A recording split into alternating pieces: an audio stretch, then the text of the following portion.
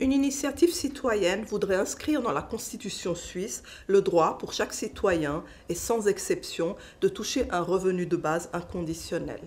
L'initiative a déjà recueilli plus de 100 000 signatures. Un droit comme ça, sans obligation en face, de l'argent donné gratuitement à des citoyens, cela pose beaucoup de questions dans le fond. Veut-on d'une population qui vit au crochet de la société? Peut-on imaginer des rentes garanties à vie sans aucune contrainte, sans travail en face? J'ai invité pour en débattre Eva Zaki, ma sœur, qui est conseillère financière et qui participe au groupe de récolte des signatures, et Julien Carte, qui est membre du comité d'initiative pour défendre éventuellement le projet de l'initiative du revenu de base. Donc on va débattre sans langue de bois à propos de ce thème très important pour la société, pour l'avenir. Julien Carte, vous êtes conseiller municipal en ville de Genève, donc vous défendez l'initiative. Est-ce que vous croyez à un droit de naissance? Est-ce que vous pensez qu'on veut des gens qui estiment que tout leur est dû, qu'une somme d'argent leur est due sans contrepartie? Alors non, c'est pas cette perspective-là, c'est plutôt de dire que puisqu'on existe, on a des besoins fondamentaux à respecter, qui doivent être respectés pour vivre dignement. Donc pour cela, il faut forcément qu'on ait, je dirais, un revenu de base qui nous permette de répondre à ces besoins pour, comme c'est formulé dans l'initiative, donc participer à la vie publique et vivre dignement. Oui, mais ce n'est pas une obligation de participer à la vie publique. Rien ne l'oblige. Disons, il n'y a pas de contrat. On est, comme le disait Aristote, un animal social, c'est-à-dire que l'être humain, par définition, il s'inscrit dans la société, et de ce fait-là, il prend part à la vie sociale. Alors simplement, ces besoins ne sont pas forcément reconnus, ou alors liés à une rémunération, un salaire, ils sont liés à ça, alors qu'ils pourraient très bien être liés simplement au fait d'exister. Donc on pourrait ne plus devoir justifier du fait qu'on n'a pas les moyens de travailler pour pouvoir voir nos besoins respectés. Eva, est-ce que toi, tu es conseillère financière depuis des années à Genève?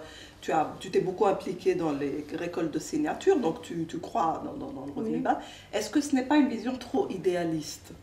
Oui, alors moi, ce que je crains, après aussi avoir profité pour sonder la population pendant les récoltes de signatures, c'est qu'un des arguments fondateurs du revenu de base, c'est justement qu'on veut valoriser un travail non rémunéré, mais socialement très utile. Évidemment, ces personnes, une fois libérées du sentiment d'injustice, pourraient justement effectuer ce travail et investir ce champ économique non rémunéré. Eh bien non, parce que le revenu de base prévoit l'inconditionnalité de la rémunération. Ça veut dire oui, on veut valoriser ce travail non rémunéré, mais en aucun cas on ne veut être obligé de le fournir en échange du revenu de base, et on veut inscrire dans la loi cette non-obligation à travers le caractère inconditionnel du revenu de base. Alors il y a un t-shirt des militants sur lequel on dit voilà, faire l'amour, cultiver des légumes et puis nager, c'est aussi des occupations tout à fait nobles et correctes qu'on peut faire pendant qu'on touche le revenu de base. Qu'est-ce que vous en pensez, Eva? Alors justement, qu'est-ce qui est socialement utile? Est-ce que si je promène mon chien, c'est socialement utile? Est-ce que si je fais de la peinture sur porcelaine, c'est utile à la société? Là, on rentre dans des définitions très vastes. Et le revenu de base ne prévoit pas de définition. Julien, si on ne sert pas la collectivité, est-ce que on n'est pas en train de tomber dans une sorte d'individualisme de gauche? Non, je ne pense pas, parce que toute activité, par définition, toute activité sociale sert la collectivité. Donc je prends un exemple. Ah non, pas toute. Sociale, activité sociale, donc qui sort de l'ordre purement individuel. Mais même une famille, à l'intérieur de la famille est une entité sociale, puisqu'elle permet l'éducation, qui ensuite va former des citoyennes et des citoyens pour créer de la richesse. Donc même la famille, s'occuper de ses enfants, vous avez parlé de s'occuper de son chien, mais il y a d'autres activités dans la famille, j'espère, comme par exemple l'éducation des enfants, qui est l'apanage des femmes encore. On cite toujours cet exemple, mais si j'aime faire du bateau, j'aime aller, je sais pas, j'aime aller à la chasse, j'aime lire. Voilà, ces activités-là, ce temps de loisir, malheureusement, il est réduit à portion congrue dans nos sociétés, puisque c'est la norme travail qui prend en fait toute la place. Donc l'idée de se dire qu'on va séparer activité rémunérée et revenus permet de se dire les gens seront plus libres pour s'adonner dans un travail qu'ils auront choisi, qui va les épanouir, et dans leurs loisirs seront aussi plus épanouis puisqu'ils auront peut-être plus le temps aussi de penser à ça. En dehors du stress lié au travail, il y a des pourcentages élevés à toutes ces burn-out qui existent, ces maladies liées au travail, qui font que quand même dans cette société, on n'arrive pas à être performant, je dirais efficace sur son lieu de travail, de moins en moins. Donc ça serait aussi pour redéfinir une société où la norme du travail ne serait plus celle qui prend toute la place. On est d'accord, mais elle va être payée pour s'adonner à ses loisirs. Moi, quand j'écoute Anne-Béatrice Duparc, qui est, n'est-ce pas, dans le comité aussi, j'ai l'impression que le but, c'est de retomber un peu dans l'insouciance, comme quand on était enfant, qu'on s'adonnait à la découverte, on construisait des cabanes. Oui, c'est bien joli tout ça. Alors, il y a l'idée, bien sûr, de l'épanouissement individuel. Il y a l'idée que les gens subissent une pression au travail. Mais est-ce que ça, ce n'est pas une gestion plus propre à la personne? Est-ce que la société doit nous payer pour juger de ce qui nous épanouit? Et aussi, si on retourne à la base de la notion de découpler revenus et travail. Est-ce qu'on veut découpler revenus et travail rémunérés sur le marché de l'emploi, ou est-ce qu'on veut découpler revenus et travail tout court? Alors, c'est pas la même chose. C'est pas la même chose, vu qu'on parle d'inconditionnel, on parle de travail tout court apparemment. Toi, tu penses qu'il faut simplement découpler revenus et travail rémunéré. Ça fait sens. Le revenu de base, on est en contrepartie, il faut qu'il y ait un travail. Donc Eva, elle va défendre plus tard l'idée de cette contrepartie. Quelle est cette contrepartie? Là, je connais personne actuellement qui ne fait rien, qui est totalement dépendant soit de l'aide sociale, du chômage ou je ne sais. Même ces personnes-là, elles ont une activité sociale qui sert à la collectivité. Donc, c'est reconnaître cette existence de ce travail-là qui n'est pas rémunéré, et c'est de découpler, bien sûr, comme vous dites, le travail rémunéré d'une activité qui est choisie. Et, oui, mais son utilité est tout à fait arbitraire finalement. Chacun va s'adonner à ce qu'il veut sans aucune... Ce n'est codifié nulle part. Il y a des choses à faire. Il y a un code quand même, il y a quand même des chiffres qu'on peut dire sur le travail non rémunéré. Une étude de l'ONU, mandatée par l'ONU, a montré que 60% de la richesse produite venait du travail non rémunéré. Donc 40% seulement de richesse produite par le travail rémunéré. Donc ces 60%-là, ce revenu de base, s'il entre en vigueur, il reconnaîtrait de fait, de facto, d'un coup, j'allais dire, ces activités-là, le bénévolat, l'éducation, la formation. S'il vous plaît. La formation, quand les gens se forment, quand les gens éduquent leurs enfants, quand les gens font du bénévolat, des tâches sociales, d'utilité sociale. On pourrait vous répondre que ce travail est déjà fait maintenant, sans avoir un revenu de base. Justement, il est fait, mais il n'est pas reconnu socialement. Donc, et surtout, le problème de l'aide sociale, du chômage et des prestations actuelles qui ne sont pas inconditionnelles, justement, c'est qu'elles stigmatisent toute une série de populations qui est privée d'activités rémunérées, c'est-à-dire que si on est à l'aide sociale, si on est dépendant d'une rente AI, par exemple, on ne peut pas travailler, on ne peut pas prétendre au marché du travail. Donc c'est une injustice qui serait corrigée avec ce revenu de base, puisqu'on ne serait plus obligé de prouver une incapacité, en plus de tous les avantages qu'il y aurait. Oui, mais on coûterait plus cher que les autres, on coûterait plus que les 2500 francs par mois. Je crois que c'est tout à fait vrai, excuse-moi Mirette, mais je voudrais répondre à l'idée que pour le moment on fournit ce travail non rémunéré, mais rien ne nous oblige, et une fois qu'on reçoit un revenu, c'est vrai que ce que vous dites, que la nature humaine voudra que les gens vont faire du travail social ou autre, mais il n'y aura aucun garde-fou, il n'y aura rien qui assure qu'un certain nombre de gens, une masse critique de gens, fassent une masse critique de ce travail social. Non, il n'y a pas de contrôle prévu. Si le marché du travail est en crise et que les conditions deviennent défavorables, les gens peuvent décider de dépendre du revenu de base. Un grand nombre de gens peuvent commencer à dépendre du revenu de base. Alors, pardon, moi ce que je crains, c'est qu'il y a un très gros malentendu, un fossé énorme entre la droite et la gauche sur ce sujet. La droite cherchera à réduire ses charges sociales, tandis que la gauche, elle espère au contraire augmenter les prestations qu'elle va toucher par ce biais. Et c'est au moment où ça devient une loi que le malentendu va créer sûrement des très mauvaises surprises pour les uns ou pour les autres, à mon avis. Je ne crois pas, parce que tout le monde a y gagné, la gauche comme la droite. La droite, elle a aucun intérêt qu'il y ait une bureaucratie énorme qui s'installent à travers l'État pour aller contrôler qui a le droit à l'aide sociale, qui a le droit à toucher une prestation. Là, ça serait toute la population qui aurait droit. Donc toute cette bureaucratie qui coûte de l'argent à l'État social disparaîtrait pour reconnaître à l'individu, à chaque individu, ses besoins et ce droit fondamental. Donc je ne pense pas que la droite est contre il y a plein de gens de droite La droite veut diminuer ses coûts sociaux, oui. Eh bien oui. Les coûts sociaux, voilà, justement, quelque part, elle veut cotiser ce sera moins, des opérations blanches pour les entreprises. C'est ce que le revenu de base part de l'idée qu'on sera en équivalence. Non. Simplement, il faudra trouver le financement. On va parler du financement, justement. Alors, ça coûtera à peu près 210 milliards si vous multipliez 2500 francs suisses par une population de 8 millions de personnes. Mais 2100 francs, ce n'est pas exactement toutes les prestations sociales qui sont versées maintenant, qui sont d'un peu moins. Et donc, il y aurait 30 milliards à trouver en plus. Et une fois qu'on trouvera les 30 milliards et qu'on arrivera à 2100 milliards, ça n'inclura pas encore les invalides et les vieux et les maladies et les accidents, tous ceux qui vont coûter un peu plus cher que les 2500 francs. Ça ne leur suffira sûrement pas, ils auront besoin d'aides supplémentaires. Où est-ce qu'on va trouver les 30 milliards? Alors, avant que Julia donne la réponse du revenu de l'initiative, pour moi, effectivement, ce n'est pas un problème philosophique si on arrive à dépasser le stade de dire c'est pas juste d'avoir un droit sans devoir, une rémunération sans travail, c'est un problème purement économique. En triturant les chiffres dans tous les sens, on arrive à un grand déficit et on part d'un projet qui est déficitaire à sa base.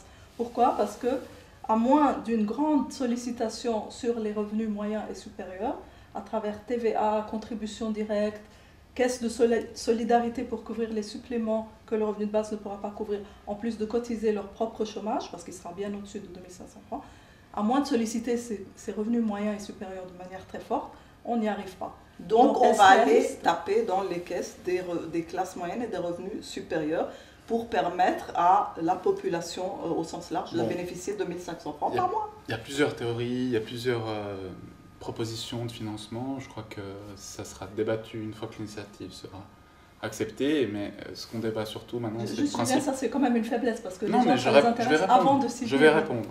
Ah oui. Donc je pense que quand on dit que c'est les classes moyennes, peut-être que certaines propositions de financement touchent les classes moyennes. Moi, je dirais que c'est surtout les hauts revenus et les entreprises qui font des profits mirobolants, mais qui finalement s'en prennent quand même aux salariés avec des licenciements, des restructurations. Donc on pourrait très bien prélever le revenu de base sur la valeur ajoutée nette d'une entreprise pour financer ce revenu. Avec aussi d'autres idées de financement à travers notamment la fiscalité, par exemple, la dégressivité de l'impôt, qui est quand même quelque chose qu'il faut corriger. Bon, ça veut dire que les taux d'imposition pour les plus hauts revenus vont augmenter. L'effort fiscal des plus hauts revenus va augmenter. L'activité économique, la valeur, il faudra la trouver quelque part. Mais voilà, c'est une opération qui va revenir dans l'économie. Voilà, cet argent sera reversé dans l'économie et direct, et ce ne sera pas un État social, une administration qui va en profiter. Je pense qu'il faut quand même que chaque catégorie sociale s'y retrouve et il faut penser d'une manière réaliste pour tous, y compris pour les personnes plus riches, et pas seulement en faveur des personnes qui vivent avec peu de moyens, ou celles qui choisissent de vivre. Maintenant, parlons des invalides, de ceux qui ont des problèmes, maladies, accidents, etc., vieillesse. Ceux-là, ils auront besoin de plus que le revenu de base. Donc, à un moment ou à un autre, on va arriver au fait que l'État va devoir s'endetter davantage.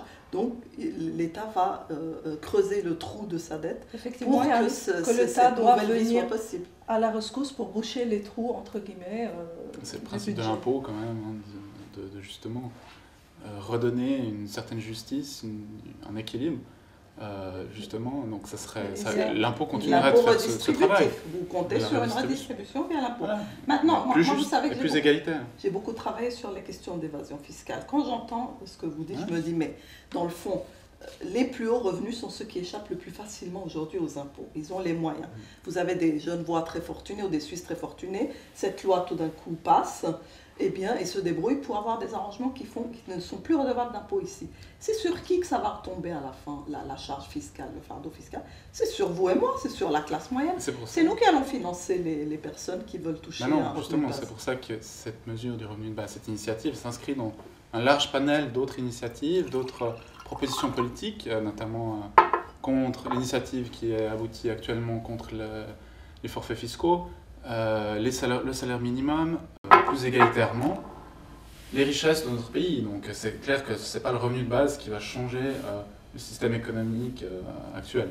C'est pas une question de chiffres à la fin. 1 plus 1 égale 2. Je veux dire, si on ne s'y retrouve pas et que ça va coûter plus de 210 milliards, à un moment donné, ça sera pris à quelqu'un.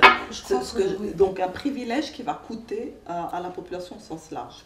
Comment tu réagis à ça? Tous ceux qui sont en faveur du revenu de base et qui veulent le voir passer, mais en plus durer, s'inscrire dans la durée, diront qu'il faut qu'il soit bien pensé à la base de ce point de vue-là. Parce que beaucoup de gens dans l'initiative disent non, nous, on n'est pas dans les chiffres.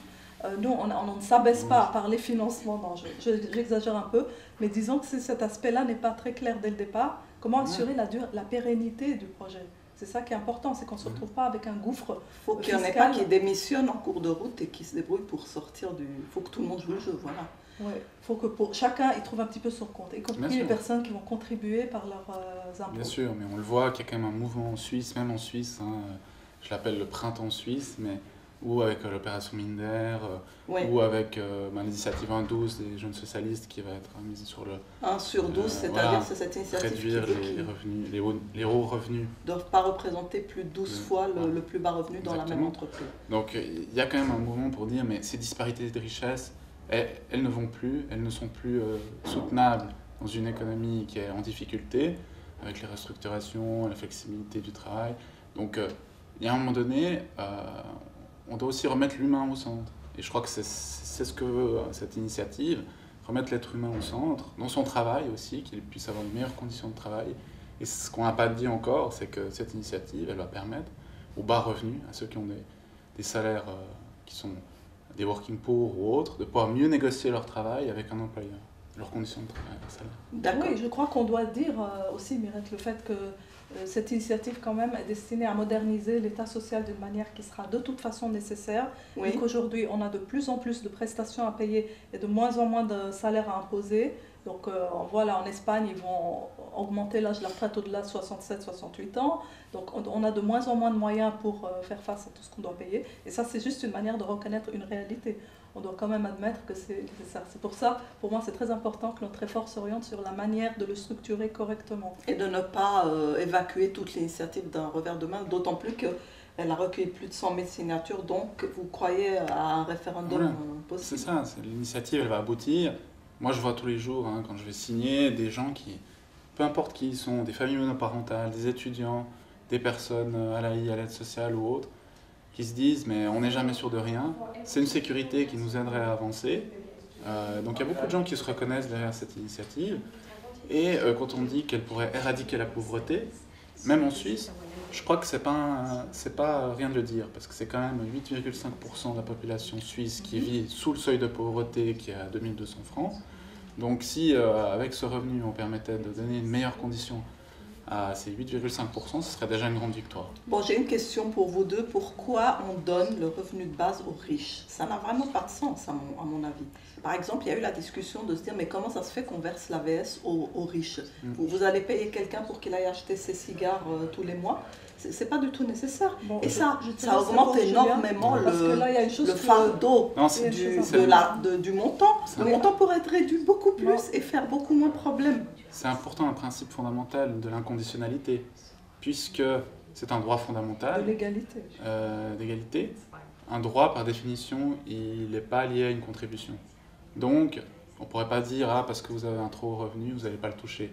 Alors de toute manière, les plus riches vont le redistribuer. L'argument de dire qu'il ne faut pas verser l'AVS aux plus riches, c'est un argument de droite. C'est la droite elle-même qui vous dirait, mais nous, on n'a pas besoin de vos 2500 francs, vous pouvez vous les garder. Parce que c'est clair que pour eux, finalement, ça fait moins d'impôts ou moins de cotisations de l'autre côté. Parce que de toute façon, vous allez leur faire payer les Justement, de dire que tout le monde a le droit. Je ne suis pas d'accord, je suis désolée. Là, il y a une mauvaise compréhension du principe du revenu de base. Quelqu'un qui gagne 10 000 francs, son travail valait 10 000 francs net ou brut. Maintenant, il aura 2 500 de revenus de base et 7 500 pour son travail. Le même travail qui lui faisait gagner 10 000 francs avant. Donc c'est un sacrifice. Pourquoi il le fait? Pour pouvoir un jour toucher le revenu de base, s'il en a besoin. Donc il a aussi C'est comme ce une droit. assurance pour lui. C'est une assurance perte de gain, si on veut. Mais Globale et universelle. Ça coûte beaucoup plus cher. Donc pour assurer cette exhaustivité, cette De couverture facto, celui qui totale, gagne un salaire maximale. au-dessus du revenu de base permet à ce que tout le monde puisse toucher le revenu de base, mais y compris lui-même. Bon, Ça qu'est-ce coûte que plus vous... cher, mais c'est un investissement social pour, Mais pour non que- pour discriminé, un non partage. discriminé, Ouais. un peu à l'aveugle, enfin, sans faire de catégorie. Et alors voilà, Ouais. ça coûte. Et surtout, ça évite la stigmatisation sociale des personnes qui ne pourraient pas, qui n'accèdent pas au marché du travail actuellement. C'est difficile en tant que personne à l'aide sociale, au chômage ou autre, de se dire au chômage, à l'aide sociale, parce que on stigmatise, on n'a pas la même valeur quand on est salarié ou pas. Donc c'est aussi de dire, mais Et là, voilà, c'est comme l'uniforme dans les écoles, tout le monde est pareil, tout le monde est à la même enseigne, on ne fait pas de... voilà, le socle est le même, et après les gens Mais ça peuvent créer leur masque une entreprise. réalité. Chacun choisit combien il veut gagner C'est au-dessus. masquer une réalité. Mais ouais. Ça masque pas une réalité, ça met sur un pied d'égalité. Après, libre à chacun de s'engager, créer son association, créer son entreprise, créer une valeur pour la société à travers ses capacités, son envie. Elle peut faire une formation, elle peut... Vous savez, moi j'ai été étudiant pendant 30 ans, maintenant j'ai trouvé un travail, j'ai fait plein de petits boulots, j'ai même fait plusieurs travaux dans le social généralement, mais j'ai pas l'impression, même si j'ai pas récolté des millions, n'avoir rien fait, n'a rien produit comme valeur sociale, économique. Donc si j'avais eu un revenu de base, ça m'aurait donné un socle qui m'aurait permis d'éviter de demander un peu d'argent aux parents. C'est ce qu'on aimerait tous, vous savez, Julien. Je ne suis pas allé à l'aide sociale ni au chômage, j'ai eu cette chance d'avoir un peu d'aide autour de moi, de pouvoir trouver des petits travaux comme ça.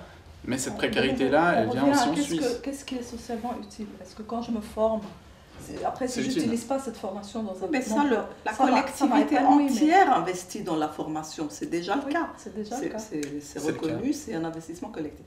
Qu'est-ce que vous répondriez à un Africain qui touche $60 par mois, c'est-à-dire qu'il est au-dessus du seuil de la pauvreté, en échange d'un travail, en lui indiquant que vous, Julien, vous estimez qu'ici on a le droit à 2500 francs par mois pour ne rien faire?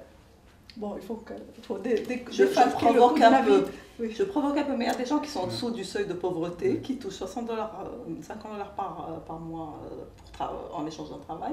Comment vous justifiez ça vis-à-vis de ces populations dans le monde qui vont voir les Suisses toucher 2500 francs sans travail en contrepartie? Je pense qu'on doit montrer l'exemple. On doit montrer l'exemple d'une redistribution. Ils n'ont pas les moyens. Ils n'ont pas les moyens. C'est pas praticable. Il y a les working poor en Suisse. Tu sais, Mireille? Oui, mais ils ne sont pas aussi pauvres que les Africains. Ils seront moins pauvres que les Africains parce qu'il n'y a pas de salaire minimum pour le moment. On essaye d'en créer un. Donc il y a des gens qui touchent 1500 francs pour faire du travail d'usine ou autre travail ingrat. Oui, c'est une proportion moindre que dans beaucoup d'autres pays, puisque c'est un des pays ici qui a le PIB par habitant le plus élevé au monde. Mais qu'il y a les plus grandes inégalités, puisqu'il y a des gens qui travaillent sur les chantiers ici à Genève pour 7 € de l'heure. Donc on a aussi les problèmes en Suisse. Je crois qu'il faut essayer justement de tirer vers le haut la condition des plus faibles, plutôt que de comparer avec des pays africains où on espère qu'un jour pourront aussi mettre en place le revenu de base, puisque c'est une allocation qui se veut universelle. Je ne sais pas si tu as vu quels sont les autres projets de revenu de base dans le monde, mais c'est souvent dans les pays africains. En Afrique, donc en Namibie, l'exemple namibien. Oui, il n'y a que la Namibie en Afrique. On a fait cette expérience, malheureusement, elle n'a pas duré au-delà de 2 ans. Et puis c'est financé par des fonds humanitaires, hein, il faut préciser. Des dons de l'Église. Il ne faut pas oublier. Hein, là, on est dans l'humanitaire et c'est vraiment une population qui a besoin, qui était vraiment... Alors que les Suisses, ça reste quand même, s'il y a des inégalités, comme vous dites, ça reste quand même une population relativement plus aisée. Bref. Eva, tu as soutenu en préparant l'émission qu'il faudrait dire oui à une contrepartie. On ne peut pas dire qu'il n'y a pas de contrepartie. Il faudrait assurer un travail social minimum en face du revenu de base. Tu veux nous expliquer ce que tu proposes? Voilà, exactement. Donc ma proposition serait qu'on accepte l'idée que pour que le revenu de base soit soutenable à long terme et viable économiquement, il faut que les personnes en capacité de en capacité de travail, non pas les invalides ni les personnes trop âgées, qui ne participent pas, qui ne contribuent pas à alimenter la caisse du revenu de base, s'engagent à fournir un certain nombre d'heures de travail social, surtout dans les secteurs en pénurie, Par exemple, on sait que le revenu de base pourrait créer une pénurie dans certains secteurs économiques ingrats où plus personne n'aura envie de faire ce travail. Comme la voirie, etc. Là, il faudra justement élever les prestations.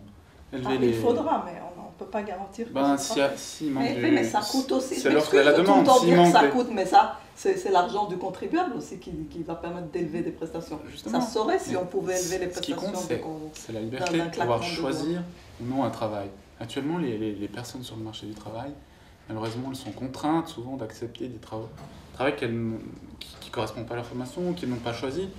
Et ça, c'est une inégalité fondamentale. Donc le revenu de base veut justement pallier à ça. Pour dire, mais on ne peut pas, si on veut rendre les personnes autonomes, dire, mais vous devez faire fournir une contre-prestation. Alors, est-ce que je peux terminer parce que la proposition, c'est pas de faire une contre-prestation qui vaudrait un travail à plein temps. C'est de, par exemple, je dis au hasard, mais 35% du temps pourrait être consacré à un travail social à définir et ça laisserait 65% du temps libre pour les obligations privées, l'épanouissement individuel et le travail créatif qu'on choisit. Donc il y aura un quota d'efforts, de entre nous là, je crois que de dire qu'il y a un travail qui serait privé ou des activités privées et publiques. Je crois que les activités qui sont dites privées, non, le privé et public. C'était un des slogans féministes de dire mais l'activité familiale qui est souvent on dit que la mère c'est une entrepreneuse, mais elle n'a pas le statut social d'une entrepreneuse malheureusement. Pourtant elle fait tout un travail qui permet aux enfants, aux maris de créer de la richesse sociale, mais ce travail-là n'est pas reconnu. Donc on en revient de dire cette activité-là elle existe, elle est déjà faite par les gens. Est-ce que le travail qu'on fait pour son ménage est de la même de la même utilité sociale que ce qu'on fait pour toute la collectivité. C'est même plus grand, parce que s'il n'y avait pas cette activité-là, il n'y aurait pas l'autre qui serait possible. Si vous ne faites pas de l'éducation d'enfants, si vous ne faites pas le ménage dans l'appartement, si vous... Julien, vous partez du principe que tout le monde a des enfants et il y en a qui ont pas d'enfants. On vient tous d'une famille avec des parents et des enfants, généralement. Oui, donc, mais c'est pour les générations futures que cette initiative va vraiment servir. Et ceux-là peuvent s'adonner à des activités. Non, mais vous devez quand même admettre qu'il y a un type d'activité qui ne sert pas la collectivité. Mais le bénévolat, c'est quelque chose qui sert fondamentalement la collectivité. Ça oui, je vous redonne les chiffres. Tout le monde va faire du bénévolat. 60%, il y a plus de travail non rémunéré qui crée de la richesse que du travail rémunéré. Donc, ça veut dire capital féminin dans le monde essentiellement. C'est ça qu'il faut changer. On doit définir clairement qu'est-ce que la collectivité et qu'est-ce que le travail social, parce qu'il faut qu'on mette des définitions dans cette Justement, cette initiative permettra de redéfinir qu'est-ce que c'est le travail, quelle activité. Est-ce que c'est prévu dans l'initiative qu'on redéfinisse? Non, dans le concept. Moi, j'ai pas lu. Non, mais on doit dire que si maintenant moi je vais m'adonner à ma passion de la calligraphie, est-ce que je fais un travail socialement utile pour lequel je dois être payé par la société? Bien sûr qu'il faudra préciser tout ça. Bien sûr, il y a des activités. Julien, vous pensez qu'il n'y aura pas d'abus? Vous pouvez maintenant me dire dans les yeux, il n'y aura pas d'abus du revenu de base, tout le monde va se montrer quand même actif, enthousiaste, responsable, avoir envie d'être utile, spontanément. On a enlevé l'idée d'abus en disant qu'il est inconditionnel. C'est-à-dire que les gens peuvent rester à la maison, ne pas bouger, et ce ne sera pas de l'abus, n'est-ce pas? Actuellement, il risque d'avoir des abus. Oui, mais c'est le regard que la société va porter. Il peut juger qu'il y a abus. C'est pas parce qu'on a dit qu'il est inconditionnel et qu'il est donné sans condition que des gens ne vont pas estimer que d'autres sentir trop bien utilisent ça pour ne rien faire. Ce que Julien disait, c'est que les personnes vont de leur propre initiative faire des choses parce qu'elles le font déjà. Oui, parce qu'elles le font. Même quand on est à 100%, on produit une richesse non rémunérée en dehors, à moins d'être totalement déconnecté et de vivre dans sa bulle. Donc, simplement, les gens pourront réduire le temps de travail, pourront s'adonner plus à des activités qui sont bénévoles, mais qui servent directement à l'économie. Voilà, ça va être très variable, mais on ne peut pas nier que dans le cas des allocations chômage ou de l'assurance invalidité, il y a une part d'abus. Après, il peut y avoir débat si c'est une grande part ou une part infime et marginale. C'est un débat entre droite et gauche, hein, mais ceux qui financent ça, que ce soit par les impôts ou par la TVA ou par n'importe quel biais, vont avoir un regard sur l'utilisation que font les gens de leur revenu de base. On ne peut pas l'éviter, même si on dit que c'est inconditionnel et qu'il n'y aura pas d'abus, qu'on ne va pas juger les gens sur les abus éventuels. Que dès le départ, il faut présenter l'initiative comme ça c'est ma vision et ma proposition, comme étant fournissant une contrepartie qui soit justement un travail qui permet de non pas régler mais répondre à plusieurs problèmes. Le financement manquant, le risque d'un fardeau trop élevé sur les revenus moyens et supérieurs, le risque d'endettement de l'État social.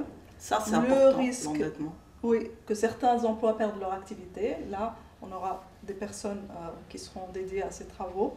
Et le fait que, oui, c'est 30 milliards qui manquent.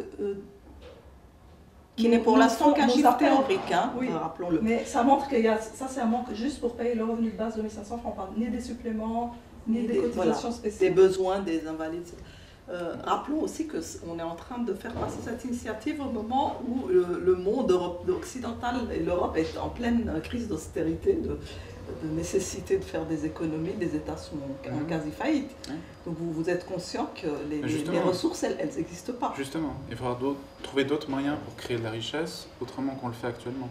Et cette richesse qu'on crée à travers aujourd'hui des grandes multinationales ou des entreprises qui sont déconnectées de la réalité des citoyennes et des citoyens, aujourd'hui, avec un revenu de base, si on est licencié d'une grande multinationale, on peut très bien se dire, mais maintenant, si j'ai un socle, un revenu de base, je peux créer ma propre association, ma propre entreprise locale. Donc ça va aussi drainer quand même toutes les plus petites et moyennes entreprises. Oui, les startups sont minées actuellement. Justement, donc ça c'est quand même un point important. Pour ça qu'il y a beaucoup de personnes au centre de l'échiquier politique qui trouvent pertinent cette initiative. Alors il faut espérer que les forces vives de l'entrepreneuriat pourront aussi être là, qu'il y aura des crédits bancaires aussi qui pourront aider. Enfin, il faut tout un ensemble, une infrastructure pour que des gens créent des entreprises aussi. Il faut que un pays soit dédié à l'entrepreneuriat, mettre les entrepreneurs au centre, il faut toute une culture. Et si on veut que les gens investissent ce champ économique non rémunéré et actuellement effectivement limité à cause de ça, est-ce qu'il ne faut pas justement faire plus d'encouragement, d'incitation, par exemple, vraiment donner des guidelines, je sais pas, des directives pour que les gens, d'une certaine manière, créent des entreprises. Il faut un petit peu les guider, les aiguiller dans ce. Mais ça, c'est, comme je disais, cette initiative, elle ne prétend pas tout régler. On peut très bien imaginer un service citoyen obligatoire qui remplacerait l'obligation d'aller à l'armée. Voilà. Donc moi, je ne suis pas forcément pour cette idée d'obligatoire, mais ça, on peut en débattre. Donc, mais ce revenu de base, la propriété de ce revenu de base, c'est d'être inconditionnel. Donc de dire, mais il n'y a pas de contre-prestation au droit d'exister. Alors, très bien. En face de cette idée et du fait que les gens vont trouver ce socle, une espèce de tremplin pour s'élancer dans la société, il y a aussi le risque que la classe moyenne, si trop de fardeau retombe sur elle de financer ceux qui ne travaillent pas, et que moi je me retrouve en train de travailler et de payer pour que d'autres ne travaillent pas, que moi je démissionne et je me dis, moi je veux faire partie de la population qui ne travaille pas, parce que moi, finalement, je suis avec les pigeons qui travaillent et que vous ayez une désertion dans la classe moyenne du monde du travail. Donc il faut quand même qu'on soit bien conscient de tous les... Je peux quand même dire quelque chose, je pense que... Qui peuvent mal tourner. Il y a quand même pas trop de risques. Il y a en Allemagne, une étude qui a été faite, 80% continueraient de travailler comme si de rien n'était. Mais ça, c'est dans les sondages, c'est ce qu'on dit. Mais disons que... pourquoi les gens n'arrêteraient pas de travailler? Parce que simplement, ils ont envie d'avoir quand même un peu plus que ces 2500 francs. Même si à la moitié du revenu de base prévu pour les enfants, on arrive avec des sommes qui ne permettent pas d'avoir un niveau de vie mirobolant. Donc les gens continueraient quand même, pour avoir un standard de consommation, de travailler. Donc ça, faut pas se faire... J'ai vu le documentaire allemand, effectivement 80% des gens continueraient à travailler, 20%, ça on prend comme hypothèse de travail, ne travailleraient pas. Ou baisseraient leur temps de travail. Ou baisseraient leur temps de travail. Ça veut dire qu'on va se retrouver dans une situation comme si on avait un chômage structurel de 20%. Oui. Ça veut ça, mathématiquement, il y aura à couvrir ça et tout ce qui vient en plus, parce que la mise en pratique technique du revenu de base va signifier un grand fardeau économique, fiscal, et effectivement, c'est pas une période, c'est pas un contexte économique très facile fiscalement. Ouais. Donc, si on ne montre pas qu'il y a une partie des services sociaux, des services pour la collectivité qui seront fournis dans ce cadre et qui vont alléger un petit peu ce qu'on demande aux gens comme solidarité. Là, tu parles des 20%.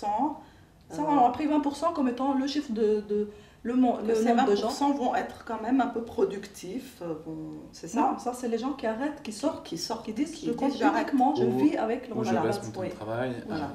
pour m'adonner à d'autres Oui. activités économiques, simplement pas Ou pas. rémunérées. J'essayais juste de savoir Oui. voilà, s'ils allaient quand même contribuer quelque chose ou s'ils allaient être Bien une sûr, par charge exemple, nette Cha- pour la société. Ça, c'est un sondage qui montre que 80% dirait je continue à travailler comme si de rien n'était. Donc 20% Mais- pourraient théoriquement ne dépendre que du revenu de base sans alimenter la caisse.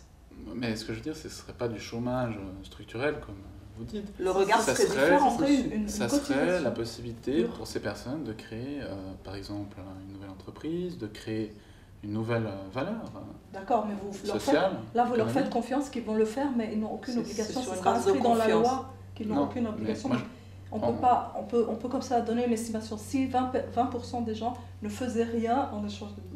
C'est leur Il faut droit. l'envisager. C'est leur Ne droit. rien faire, comme on revient un peu au début, mais je connais personne qui ne produit pas de valeur Vous savez, sociale aujourd'hui, dans la collectivité. On en connaît. On est Oui, des hein. gens sociaux, On en connaît. par définition, et des gens qui ne font rien, c'est, je veux dire, ça Vous n'existe venez pas. d'un milieu où les gens sont actifs socialement, mais il existe des gens qui vont...